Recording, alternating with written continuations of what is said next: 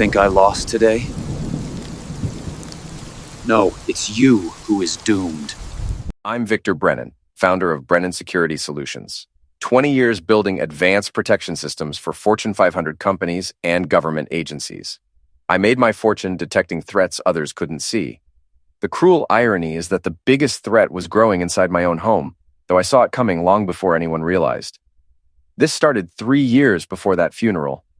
I discovered irregularities in our government contracts, small discrepancies in billing cycles, minor security protocol breaches, subtle patterns in information requests that most people would miss. Someone was feeding classified information to competitors. After months of quiet investigation, tracking IP addresses, analyzing communication patterns, and cross-referencing contract bids, the trail led directly to Garrett Preston's consulting firm. Preston had a reputation in certain circles. Financial problems masked by expensive suits and a luxury lifestyle he couldn't actually afford.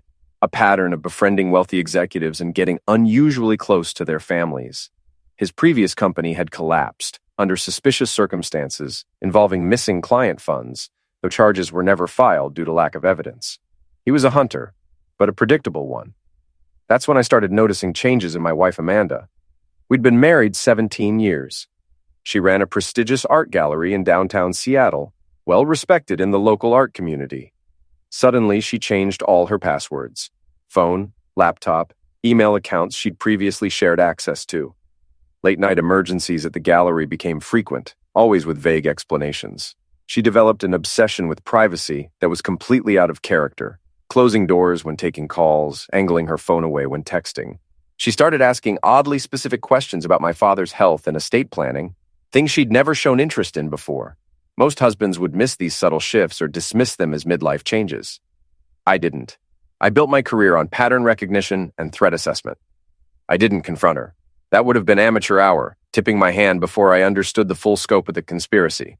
Instead, I did what I do best. I built a comprehensive surveillance operation. Hidden cameras throughout our lakeside estate integrated into smoke detectors, wall fixtures, and decorative items in every room except the bathrooms. I hired Jonathan Miles, former NSA analyst who'd left government service after exposing corruption, to run electronic monitoring of all devices on our home network. I brought in private investigator Rachel Torres, a former FBI agent with an impeccable track record, to conduct physical surveillance and background checks. Every conversation, every text message, every email, every financial transaction, I documented everything with the precision of someone building a federal case, because that's exactly what I was doing. My father Robert was dying of pancreatic cancer. The doctors gave him 3 months maximum, possibly less. His manufacturing fortune, built over 40 years from a single machine shop into a nationwide industrial supplier, combined with my security empire, totaled nearly $900 million. Robert had always been ruthless in business, a steel-hard negotiator who'd crushed competitors and intimidated partners. He wasn't sentimental even facing end. Before he passed, after I'd shown him some of what I'd discovered, he made a very specific amendment to his will. Everything would pass to me, unless I died or was declared mentally incapacitated within 12 months of his passing. If that happened, everything would transfer to Amanda to distribute among herself and our children as she saw fit. It was the perfect honey trap, and Amanda walked straight into it like I knew she would. Through my surveillance system, I watched Garrett Preston begin visiting our home when I traveled for business. The first visit was supposedly about consulting on artwork for his office. The second was to discuss a gallery event. By the 5th visit, they weren't even bothering with pretenses. I had footage of them in my study, going through my private files, discussing my father's declining health and the inheritance timeline. I documented Amanda's consultations with Patricia Walsh, the most aggressive and expensive divorce attorney in Washington state, known for ruthlessly maximizing settlements in high-net-worth cases. I intercepted text messages between my own daughter Sophia, 16 years old, and Garrett Preston, where she called me a workaholic robot who never cared about anything but his company, and discussed attending university in Paris once they got Dad's money. My son Tyler, 14, had been promised a Porsche Cayenne for his 16th birthday by Preston. They were planning their futures with my fortune before my father was even diagnosed, let alone dead. The surveillance footage was damning beyond anything I'd initially expected. I watched Amanda and Garrett in my study at 2 a.m, going through filing cabinets they'd picked the locks on. I recorded Sophia laughing with Garrett about how I'd never see the divorce coming because I was too busy with boring security systems to notice real life. I documented Tyler telling his friends in online gaming chats that his real dad, meaning Preston, understood him better than I ever did and was actually cool, unlike my biological father. Every betrayal, every conspiracy, every casual cruelty, I captured it all in crystal clear high definition with timestamps and metadata that would be admissible in any court. My father died on a gray October morning, rain drumming against the hospital windows. I was holding his hand when he passed. His last words to me were, "Don't let them win, son." Thornton's. He meant Brennan's. The medication was affecting him. Don't forgive betrayal. The funeral was 3 days later. Rain still pouring down as mourners huddled under umbrellas at the cemetery. Amanda stood beside me in a $5,000 black designer dress, playing the grieving daughter-in-law perfectly for the assembled crowd. Sophia and Tyler stood slightly apart, constantly checking their phones with barely concealed impatience, clearly waiting for this boring obligation to be over. Garrett Preston attended as well, wearing an appropriately somber suit and claiming to be there as a business associate who'd worked with my father years ago. A complete fabrication, but nobody questioned it because who lies about knowing the deceased at a funeral? After the graveside service, my longtime attorney David Park pulled me aside discreetly. "Your father left very specific instructions," he said quietly, ensuring no one could overhear. "The will reading happens in exactly 2 hours at the estate. Everyone must be present. Family, key employees, selected business associates. It was very important to him that certain people witness this." I nodded, knowing exactly what was coming because I'd helped Robert plan this final performance. My father had always understood that power reveals character, and he wanted everyone to reveal themselves completely. At the mansion, the study filled with invited guests, about 30 people total. Amanda positioned herself prominently beside me, reaching out occasionally to touch my arm in a performance of spousal support. Sophia and Tyler flanked her on the other side. Garrett stood awkwardly near the back, trying to appear appropriately somber while clearly nervous about being there. David began reading the will in his measured attorney voice. The standard bequests came first: charitable donations to hospitals and schools, specific mementos to old friends and loyal employees, particular instructions about maintaining the business. Then came the main estate, the part everyone was actually interested in. The remainder of my assets, including controlling interest in Brennan Industries and all personal holdings, real estate, investments, and liquid assets, I leave to my son Victor Brennan to be managed at his sole discretion. A murmur went through the room. David continued without pause. "With one condition. Should Victor predecease me, or should he be deemed incapacitated or otherwise unable to manage these assets within 1 year of my end, all holdings shall pass to my daughter-in-law Amanda Preston Brennan, to be divided as she sees fit among herself and my grandchildren." I watched Amanda's eyes light up with barely concealed triumph. She actually squeezed my arm, probably thinking it was a gesture of comfort, but really unable to contain her excitement. Garrett shifted uncomfortably near the back, clearly recognizing the implications of that 12-month window. Then, exactly as I had anticipated and arranged, the doorbell rang. The housekeeper answered and returned with a courier carrying a legal-sized envelope. "Special delivery for Amanda Brennan," he announced formally. "Signature required." Every head in the room turned as Amanda accepted the envelope with theatrical confusion, signing for it while glancing around as if bewildered by the timing. She opened it, and I watched her expression shift from bewilderment to cold satisfaction in the span of seconds. Her whole demeanor changed. The supportive wife mask dropped completely. "Victor," she said, her voice suddenly hard and unfamiliar. Nothing like the woman I'd been married to for 17 years. "Your father's funeral seems like the appropriate time to end this charade." She pulled out divorce papers and thrust them toward me with a gesture that was almost violent. "I'm filing for divorce. According to Robert's will, the family fortune is now legally mine. You'll be mentally incapacitated by grief, and I'll have control within weeks." Sophia and Tyler immediately moved to stand beside their mother in a choreographed movement they'd clearly practiced. "We're changing our last name to Preston," Sophia announced, her voice dripping with contempt that shocked the assembled guests. "You're dead to us anyway, Mr. Brennan. You were never really a father, just a bank account." Tyler nodded vigorously in agreement, adding, "Garrett's been more of a dad in 6 months than you were in 14 years. The room fell into stunned silence. I saw shock on faces. My employees, old friends of my father's, people who'd known our family for years. The housekeeper interrupted the tableau softly. Sir, I'm sorry to interrupt, but there are reporters gathering outside the front gate. Quite a few of them with cameras. Amanda had timed everything perfectly for maximum public humiliation. The grieving son, losing everything at his father's funeral, betrayed by wife and children, would make headlines across the Pacific Northwest and probably go national. It was a spectacular piece of theater.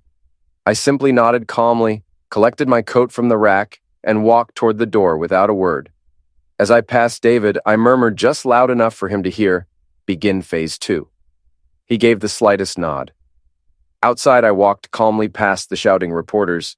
Mr. Brennan, how do you respond to the divorce filing? Sir, did you have any idea your wife was leaving you?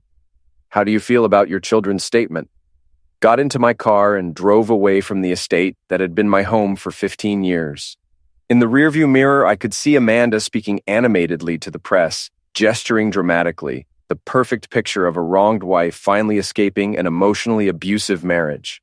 What she didn't know was that everything, from my father's passing to this exact moment to her performance for the cameras, had unfolded according to plans I'd set in motion years before.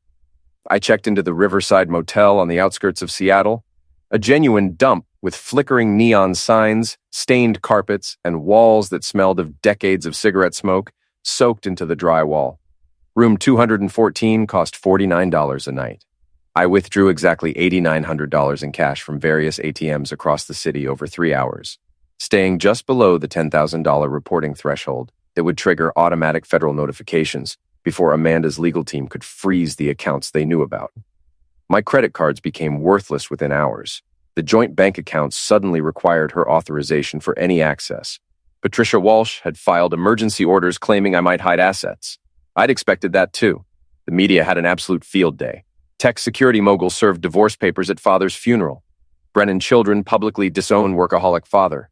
Wife claims years of emotional misuse, neglect. Friends say Amanda Brennan finally found courage to leave. The narrative was perfect. I was the villain who'd neglected his family for corporate success, and Amanda was the brave sufferer, finally breaking free after years of silent suffering. I deliberately appeared disheveled and unshaven at a coffee shop meeting with David 3 days later, slurring my words slightly when nearby customers glanced over with recognition. I missed crucial board meetings. I didn't return calls from concerned executives. Stock prices dropped 12% in 4 days. I let everyone believe I was having a complete breakdown, that my father's end, combined with the divorce, had shattered me psychologically.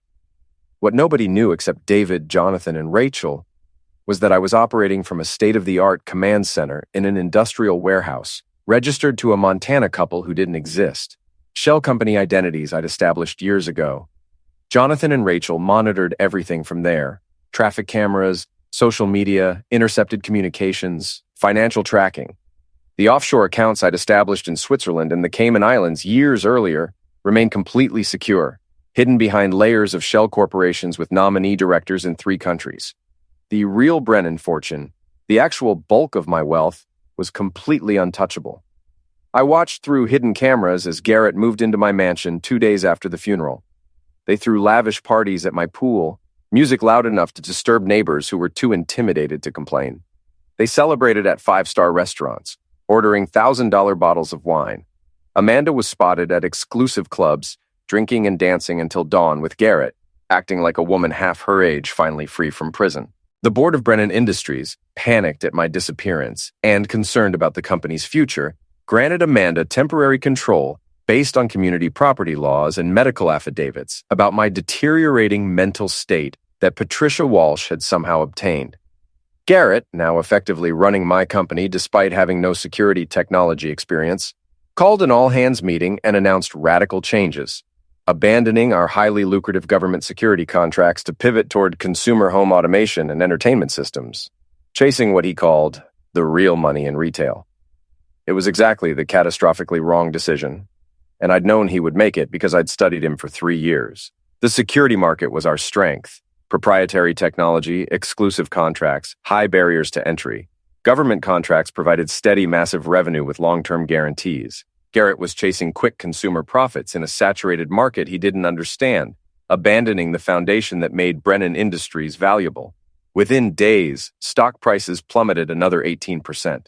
Key executives I'd personally recruited over the years started reaching out to headhunters, resumes suddenly appearing on industry websites. 3 major defense contracts were suspended pending review of the management change and concerns about security clearances under new leadership. Then I sprung my first major trap, the one I'd been planning for 18 months. Amanda received a mysterious package delivered to the mansion by special courier requiring signature and ID verification. Inside was a single sheet of paper with an account number, a complex password, and a handwritten note designed to look like my father's handwriting. The real Brennan fortune: access before midnight or lose it forever. This is what I truly left you, RB. She rushed to her study and logged in frantically at the provided banking website, which looked completely legitimate because I'd spent $50,000 having it built to mirror a real Swiss bank's interface. The account showed $238 million, far more than the publicly disclosed Brennan assets, exactly the kind of hidden wealth Amanda had been fantasizing about finding. A message appeared. Transfer initiated to beneficiary account. Verification required to complete. Without a moment's hesitation, without consulting an attorney or financial advisor, Amanda entered all her personal identification details, social security number, passport information, biometric data, and authorized the transfer to an account number she presumed was safely under her control. The screen flashed confirmation, then went completely black. When she tried logging back in, the account no longer existed. It had never been real. But Amanda had just provided complete documentation of attempting unauthorized access to financial accounts, wire fraud, and identity theft, all automatically recorded and flagged with federal authorities through systems I'd built into the fake website. Every keystroke, every piece of information she'd entered, every attempt to steal money, documented with timestamps and IP addresses. Meanwhile, Garrett's mismanagement accelerated the company's collapse like a runaway train. Anonymous whistleblower complaints to the SEC triggered formal investigations into financial irregularities and potential securities violations. More damaging, key employees I'd personally recruited and mentored over the years began receiving attractive offers from competitors, offers I'd arranged through intermediaries, promising them better positions once this temporary chaos resolved. Within 3 weeks, Garrett was presiding over a company hemorrhaging both talent and market value. The stock had dropped 64% since he'd taken control. Major clients were canceling contracts. Board members were demanding explanations Garrett couldn't provide. Amanda's personal behavior deteriorated spectacularly, exactly as I'd anticipated someone with her particular psychological profile would react to sudden wealth and freedom from perceived constraints. The sophisticated gallery owner who'd built genuine respect in Seattle's art world was gone, replaced by someone unrecognizable. Videos went viral of her stumbling drunk from nightclubs at 3 a.m, shouting obscenities at photographers. She spent recklessly on jewelry, designer clothes, and sports cars, creating severe tension with Garrett, who suddenly found himself responsible for both a failing company and enormous unexpected expenses that were draining their liquid assets. Sophia faced brutal social consequences at her elite private school. Former friends suddenly became unavailable, their parents quietly discouraging association with the Brennan family drama. Party invitations disappeared. One morning, she arrived to find classmates gathered around phones, watching and rewatching videos of her mother's drunken behavior, laughing and making cruel comments. Her boyfriend broke up with her via text, saying his parents didn't want him associated with that mess. Tyler faced similar ostracism at his prep school, made worse by an anonymous tip to administration about him selling prescription medications to classmates, something he'd actually been doing, and I had proof. Though no evidence was found in the school's investigation due to Tyler's paranoid cleanup, the investigation itself destroyed his reputation and got him suspended for 2 weeks. At precisely the right moment, after letting them believe they'd won completely, I released the evidence. Months of surveillance footage appeared simultaneously on major news websites, Seattle Times, local TV stations, even picked up by national outlets, and was delivered to federal authorities in organized files with legal documentation. Videos showing Amanda, Garrett, and my own children plotting against me over months. Recordings of them laughing about my father's approaching end as their golden opportunity. Text messages where Sophia called me the ATM machine that occasionally talks, and discussed spending her inheritance on a Paris apartment. Videos of Tyler joking with Garrett about finally being free of his boring robot dad who only cares about security systems. One particularly damning clip recorded 3 days before the funeral, showed Garrett coaching Amanda on exactly what to say and do. Tell him the family fortune is legally yours now. Make it hurt. Destroy him publicly at the funeral. It'll be poetic justice and the media will eat it up. We'll be sympathetic figures. The timestamp and audio quality made it impossible to dismiss as fake or taken out of context. The public reaction was immediate and absolutely devastating. Amanda wasn't a sufferer. She was a calculating conspirator who'd married for money and waited for the inheritance. Garrett wasn't a supportive friend. He was a hunter who'd targeted a wealthy family. The children weren't innocents. They'd actively participated in destroying their father for financial gain. Federal agents arrived at the mansion and arrested Amanda for wire fraud, conspiracy to commit theft, and attempted identity theft. Garrett was arrested at his downtown apartment, where agents discovered extensive evidence of the corporate espionage I'd been documenting for 3 years. Stolen files, client lists, proprietary technology specifications. The board of Brennan Industries held an emergency session and reinstated me as CEO with expanded authority and a formal apology. Stock prices surged 28% on the announcement alone. I gave Garrett one option, delivered through David. A private jet was fueled and waiting at a secure private airfield. It would take him anywhere outside U.S. jurisdiction. I suggested several countries without extradition treaties. He had enough in his Belize account, one I'd known about for years through my intelligence contacts, to disappear comfortably under a new identity my associates had prepared, complete with passport and documentation. Or he could stay and face a minimum of 15 years in federal prison for his various crimes. He had exactly 90 minutes to decide. Garrett chose exile, probably thinking he'd outsmarted me one final time. But as the helicopter approached the airfield, he made one final catastrophic mistake. He sent a text message to Amanda, trying to coordinate their stories and promising to get her out soon. I'd been monitoring for exactly that kind of communication. The jet diverted mid-flight to a U.S. military airfield where federal agents were waiting. His attempt to flee added new charges and destroyed any possibility of a plea bargain. Amanda's attorney negotiated desperately with prosecutors. The evidence was overwhelming. The surveillance videos showing premeditated conspiracy, the financial records documenting their planning, the documented attempts to access fraudulent accounts with clear criminal intent. The plea deal was harsh. 12 years in federal prison in exchange for complete testimony against Garrett and cooperation with the investigation. She accepted, probably hoping Garrett would somehow rescue her later. He couldn't. Garrett eventually received 23 years on multiple charges, including corporate espionage, securities fraud, conspiracy to commit theft, and attempting to flee prosecution.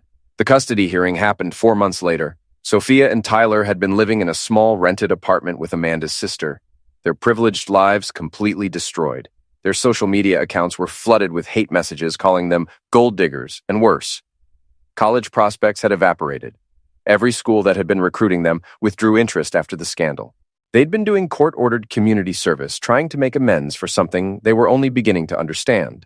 When the judge asked them to speak, neither made excuses or tried to deflect blame. Sophia stood and addressed the court directly. "Your Honor, 4 months ago I stood in a funeral home and told my father he was dead to me. I said cruel, horrible things I can never take back. I was manipulated by people I trusted.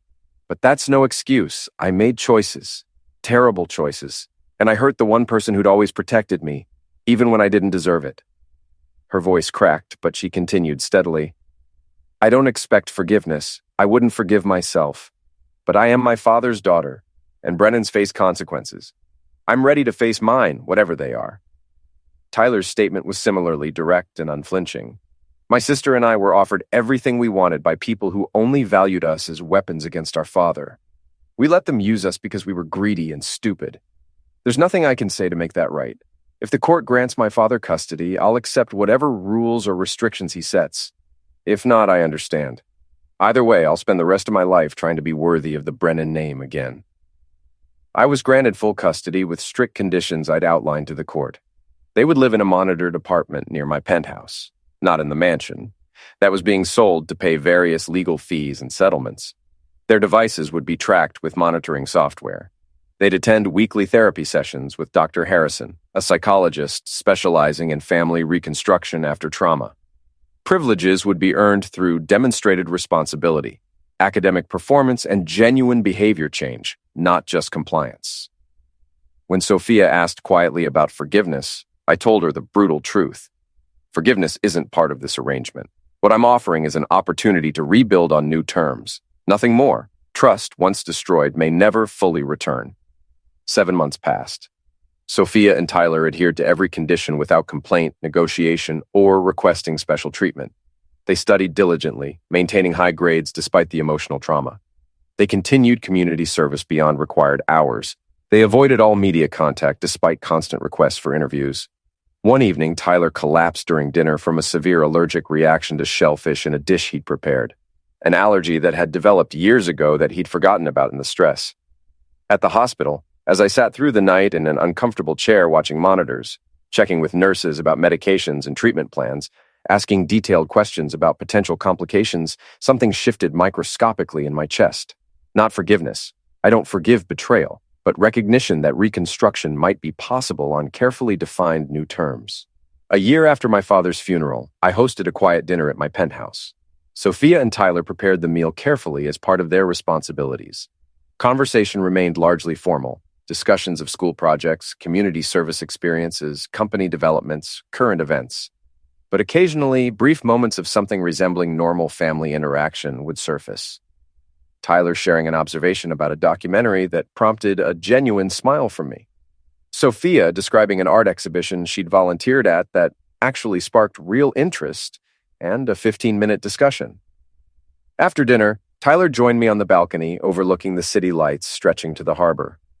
"I heard about Mom's latest appeal being denied," he said carefully, choosing words with obvious thought, "and Preston's additional charges for trying to contact her from prison using another inmate's phone."